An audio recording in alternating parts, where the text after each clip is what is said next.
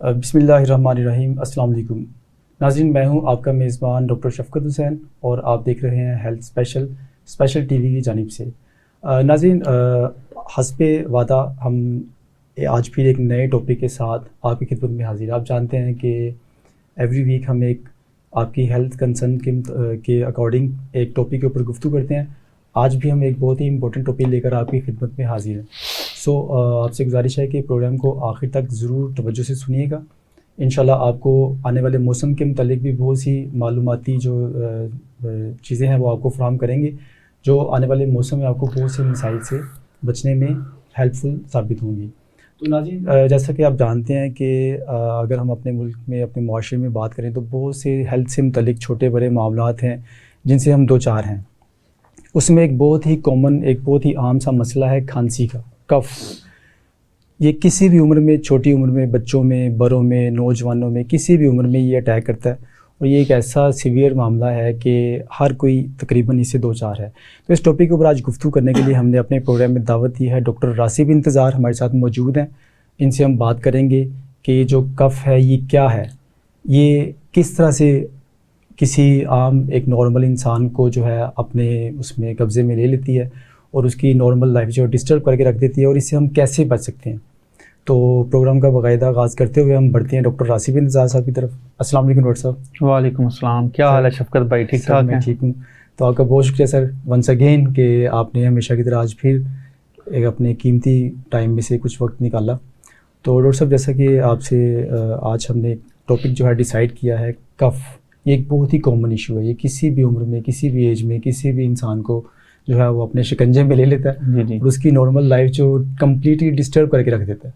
तो डॉक्टर साहब थोड़ा रोशनी डालिए, ये कफ़ क्या है? यार, सबसे पहले तो मैं आपका शुक्रिया अदा करता हूँ, ठीक है। Welcome sir. दूसरा ये कि आपने ये बड़ा ज़बरदस्त टॉपिक चूज़ किया है। Even it's my wish, you know why I want to choose this topic, right. Because मैं अपनी डेली रूटीन के अंदर जो देखता हूँ ना कि रोज़मर्रा के अंदर के लोग, कोई किसी कॉर्नर के ऊपर खड़ा होके कफिंग कर रहा होता है, खांसी कर रहा होता है, कोई किसी जगह पे, कोई किसी जगह के ऊपर खांसी कर रहा होता है। बेसिकली खांसी है क्या? जी, ये इस चीज़ का इल्म होना चाहिए हमारे नाज़रीन को कि खांसी है क्या। जी। खांसी इतनी बुरी चीज़ नहीं, परेशान होने की भी बिल्कुल ज़रूरत नहीं है, ठीक है ना। एक बात तो ये है, खांसी बेसिकली एक नॉर्मल रिफ्लेक्स है बॉडी का, जो कुदरत ने डिज़ाइन किया हमारी बॉडी के अंदर, राइट। ठीक है। इसका फ़ायदा हमें क्या होता है कि एक स्पॉन्टेनियस ये रिफ्लेक्स है जो खुद ब खुद ही, आपने कभी सुना होगा जैसे आपका हाथ कभी आग को लगे फिल फोर पीछे, ये भी तो एक रिफ्लेक्स है। सडन वो पीछे आपकी आंखें ब्लिंकिंग कर रही हैं, ये भी एक रिफ्लेक्स है। जी बिल्कुल, ठीक है। मल्टीपल रिफ्लेक्स हैं जो कुदरत ने डिज़ाइन किए हुए हैं हमारी बॉडी के अंदर। तो उनमें से एक डिज़ाइन ये भी है, ओके, ऐसे कह लें इसको, राइट। होता क्या कि अगर कफ ना होगी तो आप अपने गले को साफ नहीं कर पाओगे। ओके। तो इसका पर्पस भी कफिंग का यही है कि कफ आती इस वजह से है जब कोई चीज़ आपके गले को, नोज के अंदर आपको डिस्टर्ब कर रही है, उस टाइम पे ये रिफ्लेक्स जो है पैदा होता है और वो चीज़ को बाहर धकेलता है। ओके, ठीक है। अगर तो ये दिन के अंदर 2 से 3 मरतबा होती है जी, तो नॉर्मल है।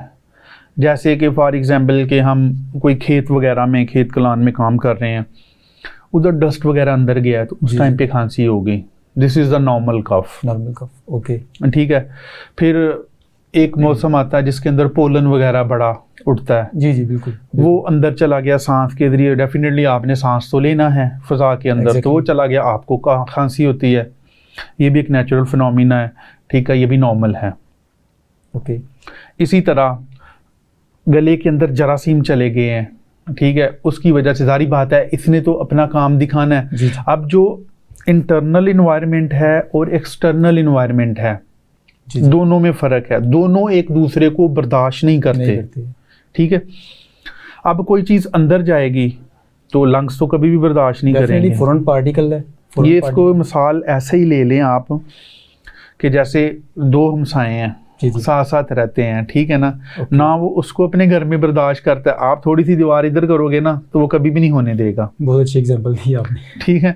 कोई चीज़ आप उधर फेंकोगे तो वो फेंकने देगा, कभी भी नहीं। वो अपने घर में घुसने नहीं देगा। तो फिर लंग्स कैसे आपको घुसने देंगे? ये कुदरत की तरफ से डिज़ाइन है, एक जो बड़ा ज़बरदस्त किया है ताकि हम अपने गले को साफ़ कर सकें, जरासीमों को बाहर निकाल सकें, जो बलगम वगैरह म्यूकस वगैरह भर रहा है उसको बाहर निकाल दें इस चीज़ से, और इस चीज़ से बच सके, ताकि अगर अल्लाह ताला ये चीज़ को डिज़ाइन ना करता तो सोचो कि सारे जरासीम फेफड़ों के अंदर पड़े रहते और कितनी बीमारियां हमारे जिस्म को अपने लपेट में ले लेती। ये बेसिकली कफ है। और मैं अब यही कहता हूँ कि अगर दिन में 2 से 3 मरतबा होती है जी जी तो फिर नॉर्मल है। अगर इससे ज़्यादा बार होती है, अगर आप मुसलसल खांसी करते जा रहे हो, it's means it's not normal. Okay, then you have to go for checkup, not stay at home. अगर आपको खांसी मतवातर आ रही है, आप खांसते जा रहे हो, आपके रात की रूटीन जो है वो डिस्टर्ब कर दिया, आपका स्लीपिंग डिस्टर्ब हुई पड़ी हुई है, तो फिर आपको बैठा नहीं रहना चाहिए, फिर आपको डॉक्टर के पास जाना चाहिए, जाके चेक करवाना चाहिए कि भाई आया कि ये खांसी किस वजह से हो रही है। और दूसरी बात ये है कि खांसी कोई बीमारी नहीं है, ये अलामात है। मैं पहले भी अर्ज कर चुका हूँ कि ये बॉडी का एक नॉर्मल रिफ्लेक्स है। ओके, ठीक है, अगर यही रिफ्लेक्स ज़रूरत से ज़्यादा बढ़ेगा तो फिर ये बीमारी बन जाएगा। राइट। अच्छा डॉक्टर साहब, ये बताएं कि ये कफ की बेसिकली जो रीज़न, जो बेसिक रीजंस हैं वो क्या है, किस वजह से हो जाती है, ये कैसे हो जाती है? जैसा कि शफकत भाई मैंने आपको स्टार्टिंग में भी एक्सप्लेन किया कि एक तो सबसे बड़ी वजह ये है कि जो पूरी दुनिया में सबसे बड़ी वजह है ना, वो कॉमन कोल्ड है इसकी, जिसकी वजह से खांसी नॉर्मल हो जाती है, स्पेशली विंटर सीजन के अंदर।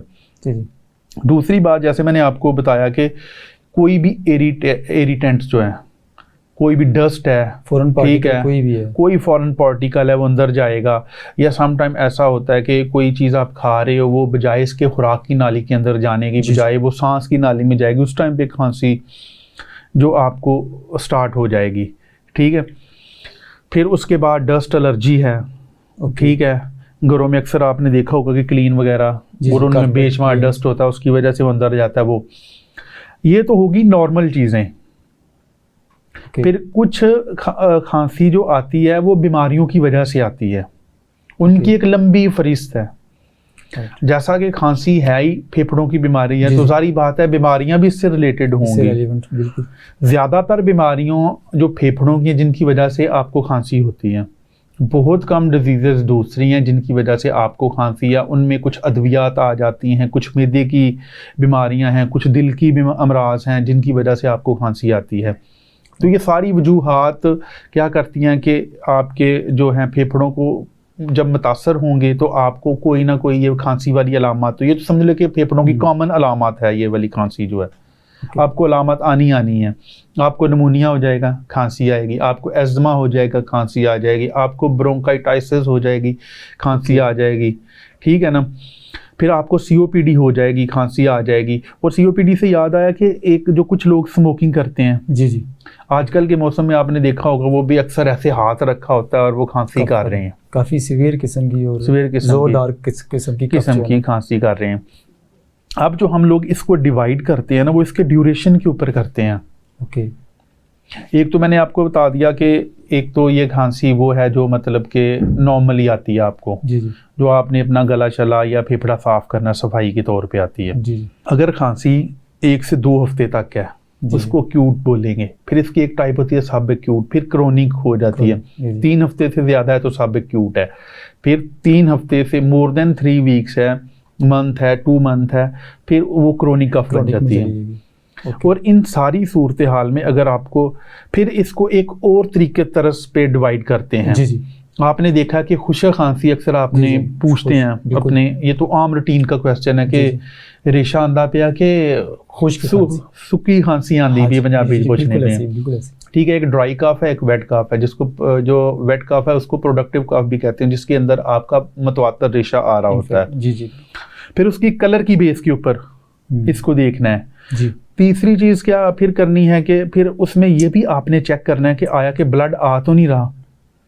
खांसी बेसिकली है तो एक अलामत है, और इस अलामत की बिना के ऊपर हमने बीमारी तक पहुंचना है। और बीमारी तक जो पहुंचना है ना, वो देखना है कि वो किस बीमारी की वजह से आ रहा है, हमने उसको उधर से जाके पकड़ना है, उसकी पैथोलॉजी को पकड़ना है, उसको ट्रीट करना है, खांसी ऑटोमेटिकली ठीक हो जाए। ये तो आप बता रहे हैं कि एक सिम्टम है, एक अलामत है। अच्छा डॉक्टर साहब ये बताएं कि ये स्पेशली नाज़रीन के लिए मैं आपसे ये सवाल पूछना चाह रहा हूँ कि कफ एक अलामत है, आपने ये तो क्लियर कर दिया कि बीमारी नहीं है, घबराने की जरूरत नहीं है, एक अलामत है कि हमें परेशान इस चीज़ से होना चाहिए कि जो बीमारी है जिस वजह से कफ आ रही है हम उसको क्योर करें।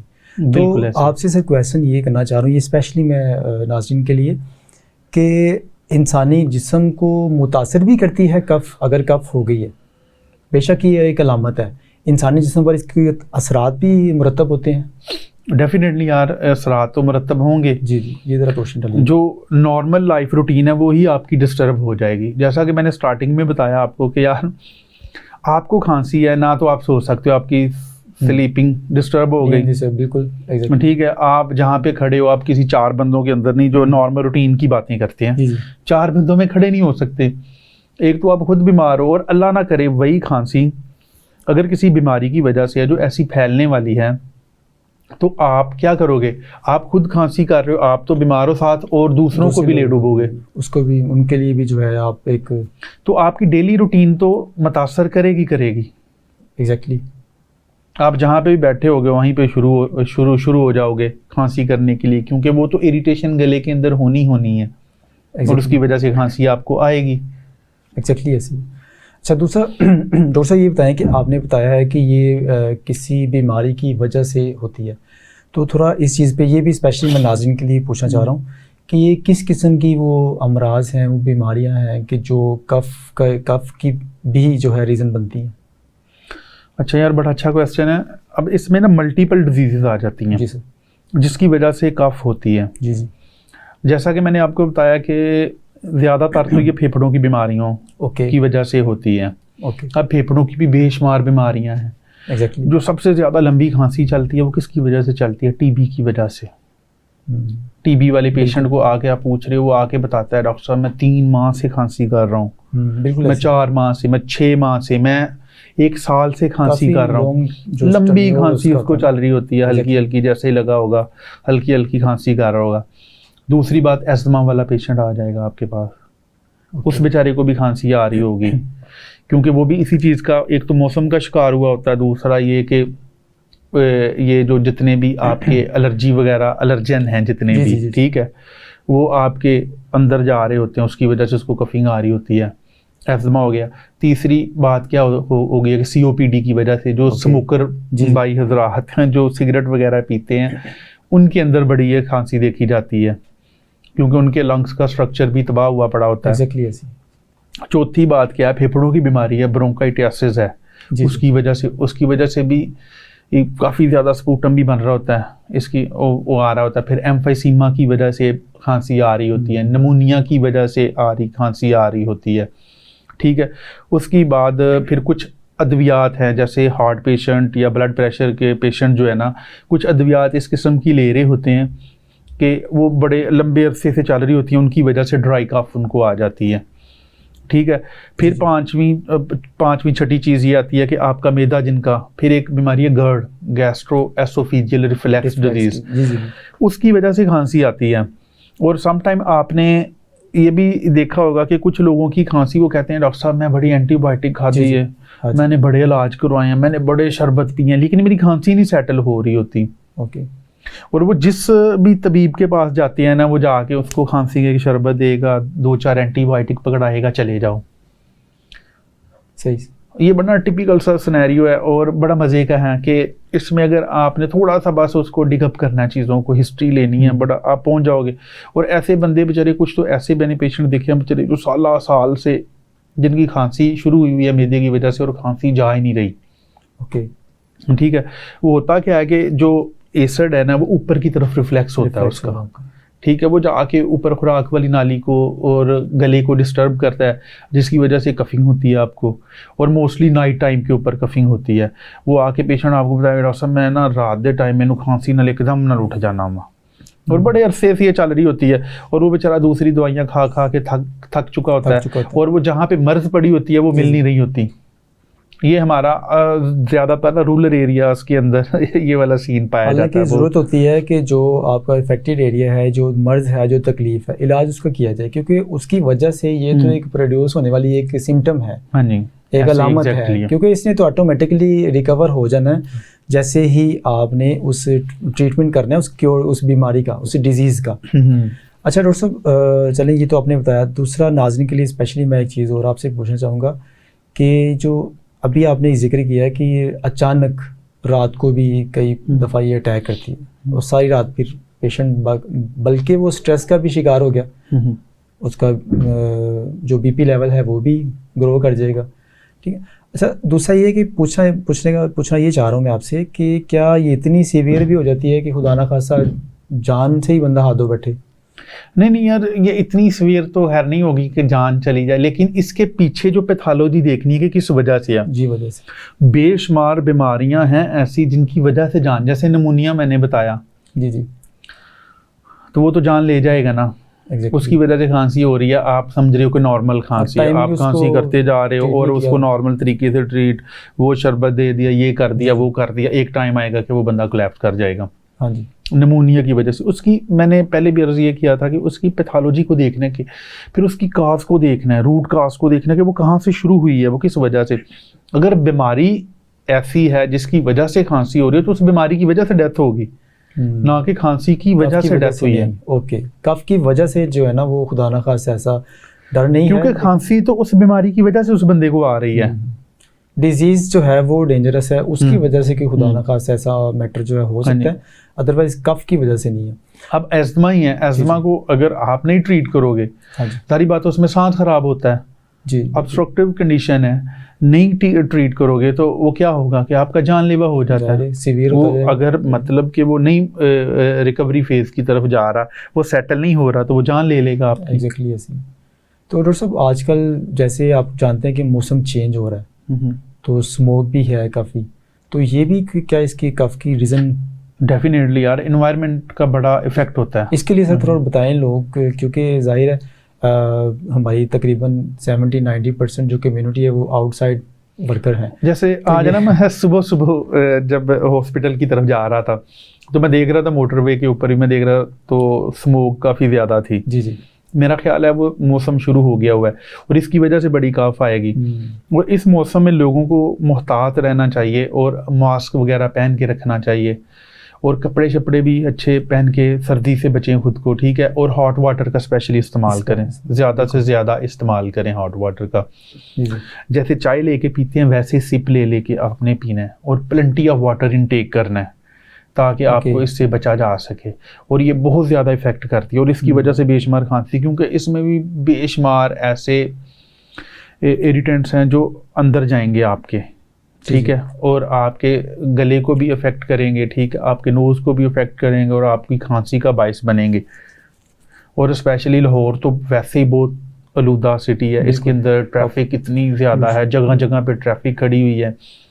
फिर जो हमारे ये चेक इन बैलेंस का महकमा है, जो गाड़ियों की फिटनेस वगैरह ये दूसरे तीसरे महकमा माहौलियात वाले इन चीज़ों को मॉनिटर नहीं कर रहे होते कि कुछ गाड़ियाँ कुछ रिक्शा वगैरह इतना ज़्यादा धुआं वगैरह रोड के ऊपर फेंक रहे होते हैं और वो भी इसी चीज़ का बायस बन रहे होते हैं। एक तो आपको खांसी करवा रहे हैं, ऊपर सर की दर्द भी मुब्तला कर देते हैं आपको, नॉइज पोल्यूशन एंड जो उसका और ये बेशुमार बीमारियों का बायस बनते हैं। और कुछ हमारे खांसी इस वजह से भी होती है, कुछ हमारे मतलब के वो जो हैं कारोबार इस तरह के हैं, ठीक है ना, ऑक्यूपेशन इस तरह का है कि जिसकी वजह से ना खांसी आती है। कुछ लोग जैसे कोयले की कान में काम कर रहे होते हैं। यहीं से हम सिलसिले को दोबारा से शुरू करेंगे, एक छोटा सा ब्रेक का जो है वो टाइम है।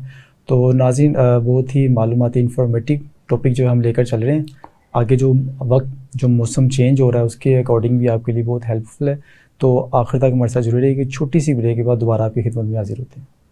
वेलकम बैक नाज़रीन, दोबारा से हम आपको हेल्थ स्पेशल आज के जो टॉपिक है कफ़ के साथ खुशामदीद कहते हैं। तो हम अपनी गुफ्तगू के सिलसिले को आगे बढ़ाते हुए दोबारा से डॉक्टर रासिक इंतज़ार साहब की तरफ बढ़ते हैं और डॉक्टर साहब जो गुफ्तगू का सिलसिला था हम वहीं से शुरू करते हैं। जी जी, तो जी अच्छा, मैं बात कर रहा था कि परफ्यूम वगैरह की वजह से भी फिर ना आपको खांसी वगैरह हो रही होती है, क्योंकि कुछ लोग उनको परफ्यूम एलर्जी है। क्योंकि बेसिकली है तो एलर्जी है ना, जो भी आपके सिस्टम को हिट कर रही है, आपके सिस्टम को इरिटेट कर रही है, रीज़न कोई भी है, खांसी तो आ रही है, ठीक है ना। फिर उसके बाद आजकल जैसे चावल की फसल वगैरह की कटाई का मौसम है, उसके ऊपर बेशुमार डस्ट वगैरह पड़ा होता है, और वो जब मतलब कि हार्वेस्ट वगैरह कर रहे होते हैं फसल को, उस टाइम पे जो डस्ट वगैरह जाता है, जिम्मेदार लोगों को बहुत ज़्यादा कफिंग हो रही होती है, ठीक है। आगे फिर जब कुछ लोगों के अंदर ना आती है जो है खांसी, प्रोडक्टिव कफ आती है जिसके अंदर स्पूटम वगैरह आ रहा होता है, जी बिल्कुल, ठीक है। फिर उसकी अक़साम के ऊपर भी हमने जज करना होता है, कुछ को येलो टाइप, कुछ को ग्रीन टाइप, कुछ को वाइट आता है, कुछ को बहुत ज़्यादा आता है। उस बिना के ऊपर डॉक्टर जो है ना वो जज करते हैं कि पेशेंट को आया कि फेफड़ों का कौन सा मर्ज़ लाक है और इसकी वजह से है। मैंने पहले भी अर्ज़ की कि हमेशा जो है ना काम आपने घर में तो चलो जो भी एहतियात या तदबीर करनी है आपने करें, लाजमी करें, लेकिन उसके साथ डॉक्टर को भी चेक करवाएं आप, लाजमी, वो तो मस्ट लाजमी करवाना चाहिए, क्योंकि एक डॉक्टर ही देख सकता है कि इसके पीछे पैथोलॉजी क्या है, ठीक है, इसकी वजह क्या है, फिर वो वजह को ख़त्म करेगा। जब वजह ख़त्म होगी तो खांसी ऑटोमेटिकली चली जाएगी। अच्छा डॉक्टर साहब, आगे जैसा कि अब मौसम चेंज हो रहा है, हम समर से विंटर की तरफ बढ़ रहे हैं, तो सर्दियों में भी आपको पता है कि ये बहुत इशू रेज होता है कफ का। तो नाज़रीन के लिए स्पेशली मैं आपसे ये पूछूंगा कि सर्दियों में खांसी से कैसे बचा जा सकता है, क्योंकि इसके बहुत छोटे छोटे से इशू हैं। थोड़ी सी कोल्ड एयर जो है वो जैसे ही इनहेल कर ली तो वो ज़ाहिर है एलर्जी होगी, जैसे कि भी आप फरमा रहे थे, तो एलर्जी के बाद कब स्टार्ट, इससे कैसे बचा जा सकता है? यार एक तो ये है कि मैंने पहले जैसे बताया कि मास्क वगैरह पहन के रखें, मास्क हो गया, और वार्म वाटर जो लें, कोशिश करें कि ठंड वाली जगह पे कम ज़रा जाएं, अगर जाना भी है तो प्रॉपर अपने आप को कवर करके जाएं। जितनी जब भी ठंडी हवा आपके अंदर जाएगी उसी टाइम पे आपको खांसी वगैरह शुरू हो जाएगी। और आपको मज़े की इंटरेस्टिंग इन्फॉर्मेशन देता हूँ कि इवन के विंटर के अंदर तकरीबन 30 मिलियन से ज़्यादा जो लोग विज़िट करते हैं डॉक्टर के पास सिर्फ एक मर्ज़ की वजह से, वो है खांसी की वजह से। ऑलमोस्ट तकरीबन 30 मिलियन पीपल जो है ना विंटर सीजन के अंदर डॉक्टर के पास जाते हैं सिर्फ इस वजह से कि उनको खांसी हो रही होती है, और बड़ी देर से खांसी चलती आ रही होती है, ठीक है। इसको लाइट नहीं लेना चाहिए, जैसा कि मैंने स्टार्टिंग में बता भी दिया था कि ये है नॉर्मल है, लेकिन अगर आपको लग रहा है कि यार मतलब कि कुछ चीज़ें नॉर्मल नहीं हो रही, आपको गले में खराश है, सोर थ्रोट है, कॉमन कोल्ड की अलामत आ गई हैं, आपका सांस उखड़ना शुरू हो गया, तो आप क्यों स्टे किया हुआ घर के अंदर? आपको डॉक्टर के पास जाना चाहिए, आपको चेकअप करवाना चाहिए प्रॉपर के आया कि मुझे ये मर्ज है। बाकी कुछ होती है नॉर्मल कफ, वो तो आप घर के लेवल के ऊपर भी ट्रीट कर सकते हो, ठीक है ना। जैसा मैंने स्टार्टिंग में बता दिया कि आप जैसे लोग नॉर्मली जुशांदा वगैरह ले लेते हैं, वो लेके पी लेते हैं, ठीक है। अदरक वाली चाय वगैरह लेके पी ली, ठीक है। जैसे इंडिया के अंदर हैदराबाद के अंदर बहुत ज़्यादा लोग बड़े शौकीन हैं मतलब कि अदरक की चाय पीने के। अदरक क्या है, वो एंटी इन्फ्लेमेटरी है। शहद का एक आधा चम्मच दूध में डाल के पानी में डाल के पी लिया, वो क्या, वो भी एंटी इन्फ्लेमेटरी है, वो भी कफ को ख़त्म करेगा। ये तो हैं घर के लेवल के ऊपर टोटके हैं जो हमने करने हैं।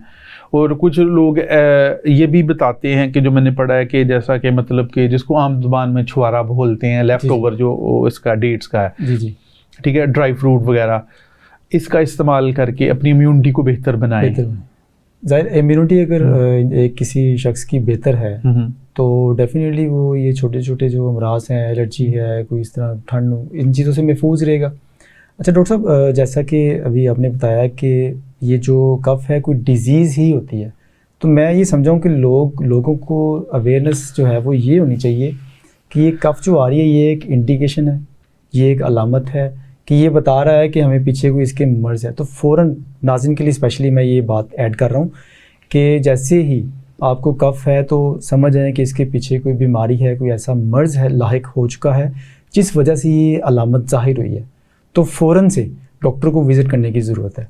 अच्छा डॉक्टर साहब, घर में आपने बताया कि 2-3 चीज़ें अभी आपने बताई हैं कि अदरक वाली चाय है, कोई शहद नीम गर्म दूध में या पानी में ग्रिल रोट के ना मुख्तलिफ किस्म के, तो इसके अलावा भी कोई 2-4 चीज़ें ऐसी हैं तो आप ज़रा प्लीज़ वो भी नाज़रीन के लिए, क्योंकि इब्तदाई तौर पर जैसे आप कह रहे हैं कि रूरल एरियाज़ होते हैं, जैसे कि डॉक्टर दूर है, हॉस्पिटल दूर है, क्लिनिक दूर है, तो लोग नहीं, तो चले इसी प्रोग्राम के तवस्सुल से कोई थोड़ा सा लोगों तक एक मैसेज ये भी कन्वे कर दें कि इसके अलावा भी कोई 2-4 चीज़ें हैं जो घरेलू तौर पर यूज़ की जा सकती हैं। जी ज़रूर। अच्छा शफ़क़त भाई, इसमें ये है कि जैसा कि मैंने पहले बताया कि एक तो हॉट वाटर का इस्तेमाल करें जी, और अच्छा खासा पिएं, कम से कम 1 से 1.5 लीटर पानी एक दिन के अंदर। पानी तो वैसे भी ज़्यादा पीने का पीना अब चाहिए। सिर्फ ये फ़र्क रह गया उसको गर्म कर लें, गर्म करके थोड़ा सा जैसे चाय पीते हैं वैसे सिप ले लेके पिएं। ओके, उससे ये है कि एक तो आपका जो गला वगैरह सारे का सारा साफ होगा, दूसरा आपको थोड़ा सा यहाँ पे वार्मनेस मिल जाएगी जिसकी वजह से खांसी थोड़ी सी कम हो जाएगी। बिल्कुल, ओके। दूसरी चीज़ शहद है, वो भी एंटी इन्फ्लेमेटरी है। जी जी, ठीक है, उसका इस्तेमाल करें। ठीक है, फिर एग का इस्तेमाल, जो वाइट पार्ट है उसका, वो आपके इम्यूनिटी को इंक्रीज, हाँ जी, सफ़ेदी जो है वो आपके इम्यूनिटी को इंक्रीज करेगा। तीसरी चीज़ अदरक वाली चाय, बिल्कुल वो आपने लेनी है। ठीक है, वो भी आपको जो खांसी को, कफ को कम करेगी और वो एंटी इन्फ्लेमेटरी है, जो फेफड़ों के अंदर हल्की फुल्की सोजिश होगी उसको भी ख़त्म करेगी। ठीक है, जितनी भी हॉट चीज़ें हैं उनका इस्तेमाल आपने ज़्यादा करना है। ड्राई फ्रूट, हाँ जी, ड्राई फ्रूट वगैरह ले लें। ठीक है, उसके बाद खजूर वगैरह, जो ड्राई खजूर है वो आपने उसका इस्तेमाल करना है वो भी, या उसको ऐसा कर लें कि दूध के अंदर बॉयल करके इस्तेमाल करेंगे, उससे भी खांसी को आपकी को खातरख्वा फ़र्क पड़ेगा और वो भी आपके अंदर की बीमारी को ख़त्म करेगी। ओके। अच्छा, दूसरा डॉक्टर साहब ये बताएं ज़रा कि आप जैसे बता रहे थे कि कुछ अमराज ऐसे होते हैं कि एक्यूट और फिर क्रोनिक की तरफ वो कन्वर्ट, जाहिर है क्रोनिक के अंदर तो फिर लॉन्ग टर्म मेडिसिन चलती है ना, तो मेडिसिन भी किसी किस्म की है जो कफ की एक लॉन्ग टर्म यूज़ करने के बाद 4-5 माह, 6 माह या 1 साल एक टाइम तक चल रही है, जैसे टीबी का पेशेंट है, एज़मेटिक है, तो कोई मेडिसिन भी किसी किस्म की है ऐसी जो कफ की रीज़न बनती है? जी, मैंने पहले जैसा कि आपको अर्ज़ किया कि बेशुमार मेडिसिन है, लेकिन जैसा कि हार्ट पेशेंट जो हैं वो कुछ इस तरह के अद्वियात ले रहे होते हैं जिनकी वजह से उनको वो बड़े लंबे अरसे से ले रहे होते हैं। ब्लड प्रेशर के हार्ट पेशेंट जो हैं, फिर वो एक लंबे अरसे से मेडिसिन चलती आ रही होती है जिसकी वजह से वो ड्राई कफ आती है उनको। ओके। बाकी तो सारी की सारी पैथोलॉजी है, बीमारियां जो वो जो अद्वियात कम है जिनकी वजह से खांसी होती है। ज़्यादातर खांसी की जो वजूहात हैं वो बीमारियां हैं, फेफड़ों की बीमारियां हैं।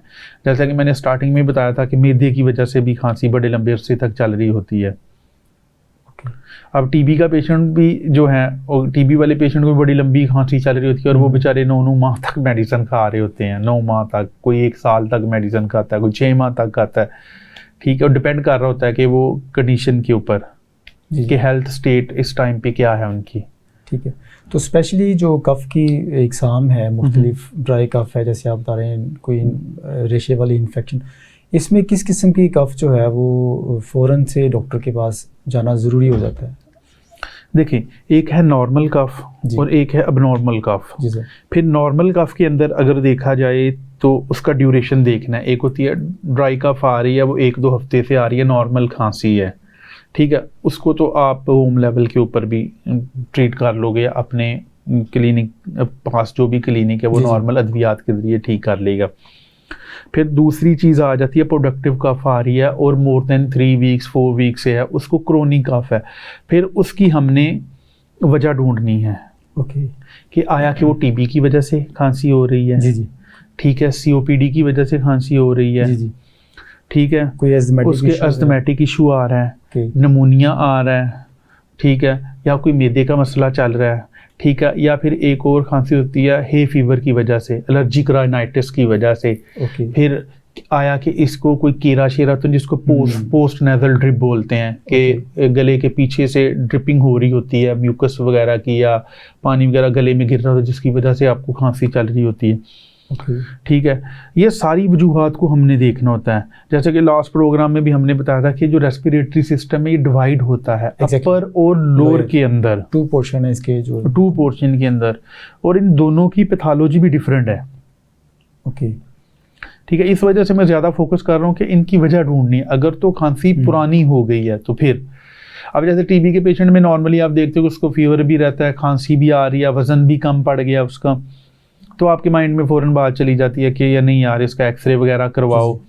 ठीक है, इसका ब्लड के टेस्ट करवाओ, इसका स्पूटम का टेस्ट करवाओ, तो उसके बाद उसको डायग्नोज करो और उस चीज़ की अद्विया दो और पेशेंट को ट्रीट करो, बचा लिया जाए। मतलब ऐसे ही अस्थमा वाला पेशेंट, उसके अंदर भी अटैक आ रहे होते हैं, बार बार आ रहे होते हैं, ठीक है ना, उसकी वजह से भी खांसी आ रही होती है। फिर COPD वाला पेशेंट तो वैसे ही स्मोकर होता है, ठीक है, उसकी वजह से भी उनको वो एक तो स्मोकिंग वो छोड़ता नहीं, ठीक है, दूसरे उसके फेफड़ों की जो कंडीशन है वो ख़राब हो रही होती है, उसको खांसी, क्योंकि बार बार वो इरिटेट कर रहा है अपने फेफड़ों को, जाके बार बार स्मोक करता है, इनहेल कर रहा है चीज़ों को, बार बार इनहेल कर रहा है। अब दिन में 15-20 सिगरेट पीता है तो 15-20 मरतबा वो क्या स्मोक को अंदर लेके जा रहा है, बाहर निकाल रहा है, वो क्या कर रहा है, वो आपके फेफड़ों को इरिटेट करता है। सारी बात है, एक्सटर्नल एनवायरनमेंट डिफरेंट है, इंटरनल वो तो बर्दाश्त नहीं करेंगे, जब अंदर जाएंगे तो कफिंग होगी। एग्जैक्टली।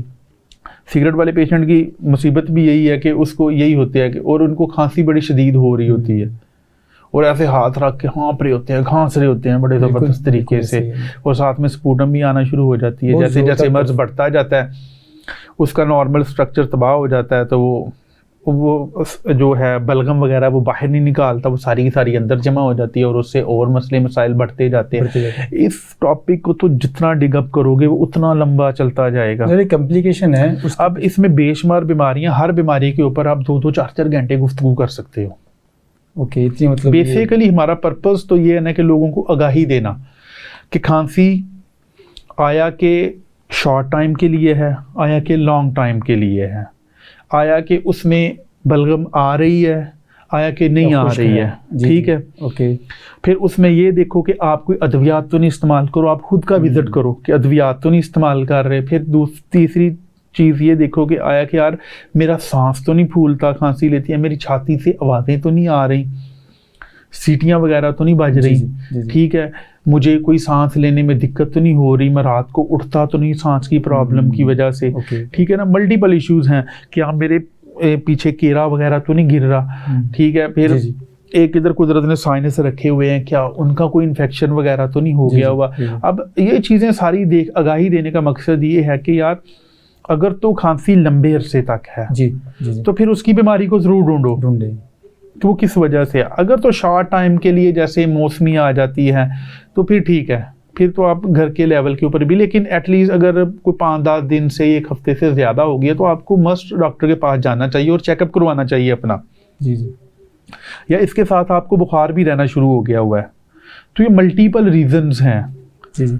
असल इस प्रोग्राम करने का मकसद ही ये है कि हम इससे बचा कैसे जा सके, इसको हम लाइट ना लें कि नहीं यार मौसम, हम हमारे यहाँ एक बड़ा ना आम सा कॉमन जो है तासर पाया जाता है कि हम चीज़ों को बड़ा लाइट ले लेते हैं। हम क्या कर रहे होते हैं कि यार खैर खांसी या मौसम खराब, जिस तरह पिंडां दे विच कह देंगे ने ना, तो कोई मसला नहीं यार, मौसम खराब होया ना, उसकी वजह नाल खांसी होती पई है, उसको इग्नोर कर देते हैं, फिर वो चीज़ें ना सीवियर बजाय बेहतरी की तरफ से वो बिगड़ती जा रही होती है, कॉम्प्लिकेशन की तरफ जाती हैं। और जब कॉम्प्लिकेशन आती हैं तो फिर वो जानलेवा भी हो सकती हैं। कॉम्प्लिकेशन तो किसी पेचीदगी है, वो किसी तरह की भी हो सकती है। एग्जैक्टली ऐसी। अच्छा डॉक्टर साहब, नाज़रीन के लिए एक और चीज़ मेरी ज़हन में आ रही थी, मैंने कहा मैं ज़रूर वो भी आज के प्रोग्राम के तवस्सुल से ऐड करूँ कि एक छोटा बच्चा है 10, 11, 12, 13 साल का, तो अब जैसे हमारे यहाँ पर ट्रेंड है, कोई शादी है, कोई फंक्शन किसी किस्म का, रात को गए खाना खाया, वहाँ पर मौसम अगर ठंडा है, बाज़ का आइसक्रीम या कोई कोल्ड कोई चीज़ ले ली, तो अब बच्चा और फैमिली घर आए, सो गए, रात को अचानक उसको कफ का एक अटैक होता है। खाना तो उसने रात को खाया था 10 बजे 11 बजे जब भी, लेकिन वो इफ़ेक्ट करता है रात को कि 1-2 बजे अचानक, अब कोई मेडिसिन नहीं है, वो मतलब कोई जगह भी ऐसी है, हॉस्पिटल डॉक्टर के पास कोई एक्सेस नहीं है, उनके रीच एंड एक्सेस। तो इस सूरत में को थोड़ा नाज़रीन के लिए बताएं कि वो क्या है जो थोड़ा सा बच्चे को नॉर्मल करने के लिए इक़दामात लिए जा सकते हैं उस टाइम पे। अच्छा यार, इसका एक है ये है कि पहले तो वजह देखनी है कि आया उसने खाना खाया, उस टाइम पे खाना खा के लेटा तो नहीं है। अगर लेटा, हो सकता खाना ऊपर आके फिर उसकी सांस वाली नाली में ना चला गया हो, तो उसकी वजह से एकदम से खांसी आई है, वो उठ के बैठ गया।